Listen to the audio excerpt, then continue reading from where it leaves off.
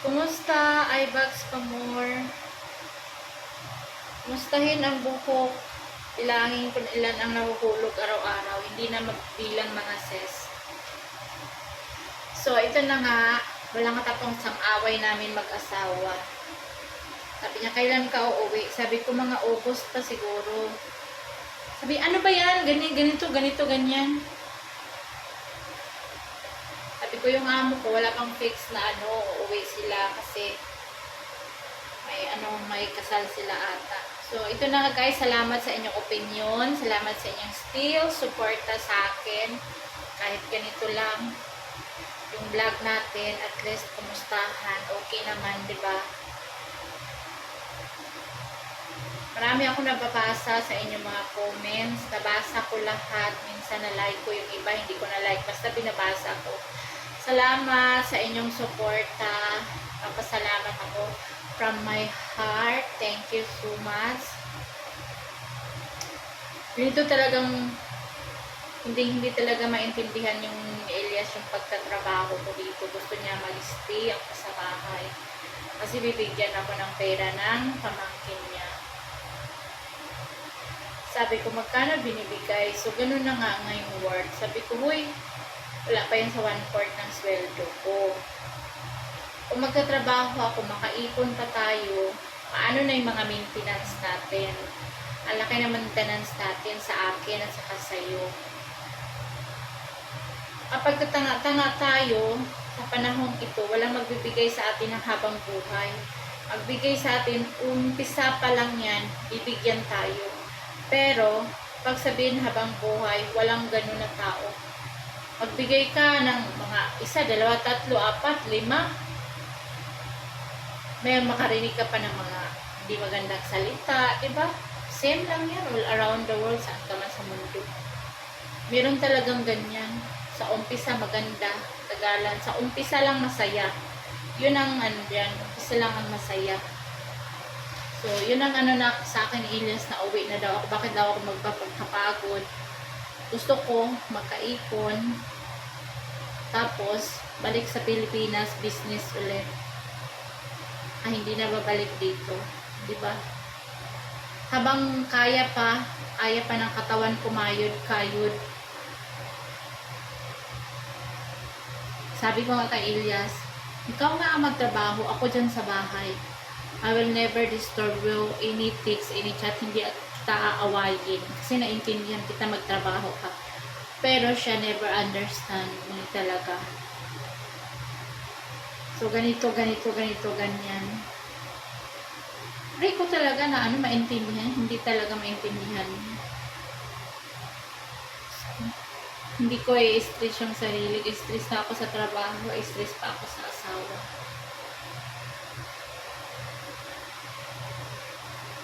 Tama yung mga yung mga opinion nyo. Yung iba nga, 60 na, nagtatrabaho pa, 60 years old. Yung iba may heart patient, may high blood, ang daming sakit, nagtatrabaho pa.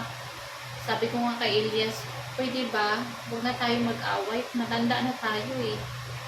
Para na lang sa mga anak natin, yung isipin natin, hindi na yung para sa sarili natin. Dalawa yung magkatabi tayo lagi, gusto mo, saan ka pupunta, isama mo ako. Hindi naman tayo magkakapira na ganun, kaya hindi natin makakain yung love.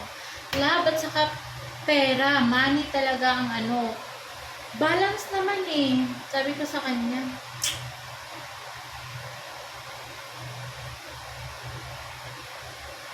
We never understand talaga. Gusto ko lang ng talaga sabihin, hindi ka mag-text na mahaway ka. Araw-araw nag-text lang sa akin. Ako hindi ako tumaano sa away. Sabi ko, hayaan ka. Sabi ko sa kanya, ikaw na ang magtrabaho, I will never stop disturb you pag magtrabaho ka. Ako sa bahay. Kasi pagod na ako araw-araw. Ganito. You don't have time, ganyan. Alam mo naman nangangamuhan tayo. Pagtapos ng trabaho, mga alas 11, 12, wala na, tulog na rin kayo. So, paano na yan? Ang hirap. Siguro nga, darating din ang time na who knows, di natin maintindihan, diba? Mas maganda siguro na Basta magtrabaho lang tayo na para sa pagtanda natin. May madudukot tayo pambili ng mga gamot. Yun ang pilit kong iniintindi sa kanya. Sa kanya kasi walang problema kasi may mga kapatid siyang tutulong. Eh ako, paano naman ako? Sino man ako? Wala, sarili ko lang aasahan ko. Kaya ngayon, inisip ko talaga paano ako pagtanda ko. Ganito yung iniisip ko, that's why I'm working. Sabi ko sa kanya, ikaw wala kang problema kapag ikaw magkasakit ka, bibigyan ka ng pagkain ng kapatid mo. Isang mangkok, isang plato lang, 2 hiwa para lang sa'yo. O kapag ako magkasakit, may mag-alaga kaya sa akin? Hindi habang buhay, kasama tayo. Pupunta tayo sa kamatayan. Hindi natin alam ang mundo. Hindi natin alam ang buhay natin. Sabi ko sa kanya. Ang ganda ng buhay mo. Huwag ka magreklamo. Sabi ko sa kanya. Kasi ako nagtatrabaho lang naman ako. Hindi naman ako gumagawa ng masama. Ang iniisip kasi niya, ganito, ganyan, mga driver, mga ganito. Nasa bahay lang ako nag-aalaga ng bata, mga tanga. Sabi ko sa kanya, kailan kaya matatapos yung pagsisilos mo? So, sa akin yung mga ganyan, hindi ko na iniisip yung mga ganyan. Sa tanda kong ito, puro puti na yung buhok ko. Palibhasa kasi, ay nakangirap. Yun na guys. Salamat sa inyong mga opinion, sa mga comments na kahit 60 years old, bumabanat pa ng trabaho. Yes, babanat ako ng trabaho. Uuwi ako every 2 months. Magpahinga siguro mga 10 days, ganyan sa bahay. Pero babalik sa work ulit. Hindi yung mag-stay ako sa bahay na sasayangin yung oras. Dati, ilang taon sinayang ko yung oras na ngayon, saka pa ako kumilos na parang huli na ang lahat. Although hindi pa naman huli ang lahat, kaya pa naman kumilos. So, laban lang with vitamins. Kailangan vitamins para may lakas sa trabaho. Yung aking asawa lang ang aking problema, pero hindi ko na siya problemahin. Kasi pag problemahin ko siya, wala, mamamatay ako. Sabi ko sa kanya. So, yun mga sisi, salamat sa inyong pagsuporta. Salamat sa nagsabi na pag hindi ako nag-skip ng ads. Thank you. And salamat nang dahil sa inyo, lumalakas ako araw-araw kasi nababasa ko yung inyong mga comments. Laban lang tayo mga nanay, laban lang. Laban. Kapag hindi kaya ng katawan, pahinga konti, tapos balik sa trabaho. O, diba? Papanood to ng aking asawang super in love sa akin na parang hindi ko ma-explain na gusto akong ikabit palagi sa bulsa o ilagay lagi sa biwang niya kung saan siya magpunta. Mahal na mahal niya daw ako. Nandun naman tayo, mahal naman talaga, may mga anak. Hindi ba tayo nagmahalan na wala ng anak? May anak tayo, kaya tayo nagsawa kasi mahal lang isa't isa eh. So, yun lang, mapanood mo to, sasabihin mo na naman ganito, ganyan, o. Kailangan ko ng pag-intindi para maayos ang aking trabaho araw-araw, wag mo akong aawayin, palagi sa text.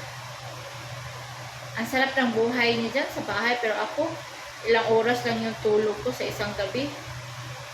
Wag mo akong aawayin, kasi nagtatrabaho ako ng matino dito, hindi ako gumawa ng dirty. Sabihin mo naman, I did not see your work, good or bad. Good or bad? Tingnan mo, nasa CR nga lang ako, nag-video palagi, good or bad. Kung naglalandi ako, hindi ganito yung itsura ko, makikita mo. Tingnan mo, maglandi ako. Serious? Are you serious, Rosana? Maglandi ka? Wala nang panahon. So, bye guys. This is it. Salamat for watching. Salamat sa suporta from the bottom of my heart. Thank you sa inyong lahat. Hindi ko naman kayo maisa-isa, pero binabasa ko yung inyong mga comments. Salamat. And sa mga nagtatanong pala kay Daniela sa Magandang Dilag ng Pakistan vlog, about sa mama niya, kay Daniela kung bakit hindi sila nag-vlog. Nawalan lang po ng gana mga sis sila. So, yun, nasa bahay lang sila. Okay naman, we are chatting. sa mama niya, sa kay Daniela, okay naman sila. So si Daniela din, maybe by August, uuwi ako. Pagbalik ko sa city, isasama ko siya. Magtatrabaho na rin siya for her mother and for her mga brothers. So yun ang plano ni Daniela. Wala lang siyang gana guys mag-vlog. So yun, wait natin. Okay naman sila, okay naman po. So yun ang update sa kanila sa nagtatanong kung bakit wala na silang vlog. So yun, thank you and God bless everybody. Salamat. Bye!